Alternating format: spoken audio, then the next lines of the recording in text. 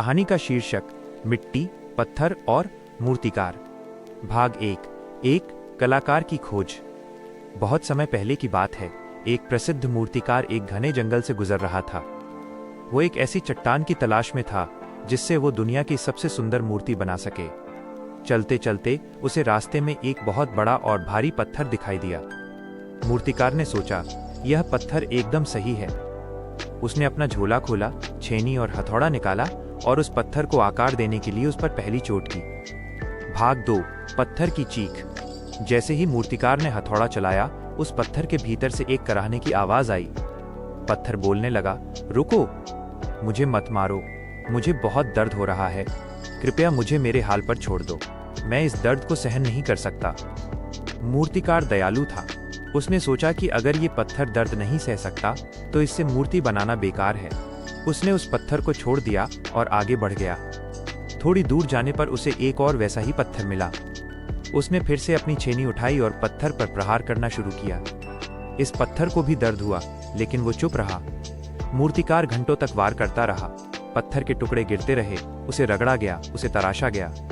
पत्थर ने हर चोट को चुपचाप सहा। कुछ दिनों की मेहनत के बाद उस साधारण पत्थर ने एक अद्भुत और चमकती हुई भगवान की मूर्ति का रूप ले लिया। भाग 3, मंदिर की स्थापना। उस जंगल के पास के गांव वालों ने वहां एक भव्य मंदिर बनवाया। जब मूर्ति स्थापना की बारी आई तो वे उसी जंगल में आए और उस सुंदर मूर्ति को ले गए। जब मूर्ति मंदिर के गर्भगृह में स्थापित हो गई तो गांव वालों ने सोचा, हमें बाहर एक और पत्थर की जरूरत है जिस पर लोग नारियल फोड़ सकें। तभी उन्हें वही पहला पत्थर याद आया जिसने दर्द सहने से मना कर दिया था। वे उसे भी उठा लाए और मंदिर की सीढ़ियों के पास रख दिया। भाग 4, परिणाम, द क्लाइमैक्स। अब नजारा ये था, एक पहला पत्थर, सीढ़ियों वाला। हर रोज हजारों लोग उस पर जोर से नारियल फोड़ते, उस पर पैर रखकर निकलते। वो हर पल दर्द और अपमान सह रहा था। 2, दूसरा पत्थर, मूर्ति वाला।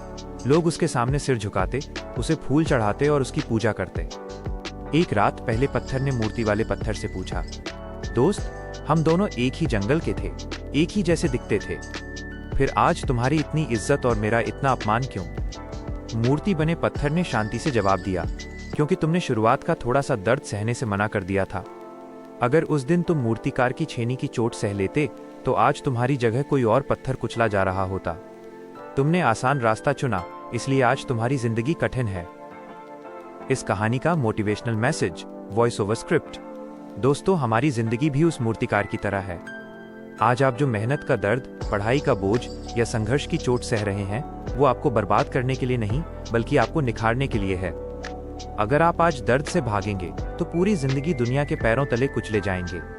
लेकिन अगर आज आप चोट सहकर खुद को तराश लेंगे तो कल दुनिया आपके सामने सिर झुकाएगी। याद रखना, बिना चोट खाए कोई पत्थर भी भगवान नहीं बनता।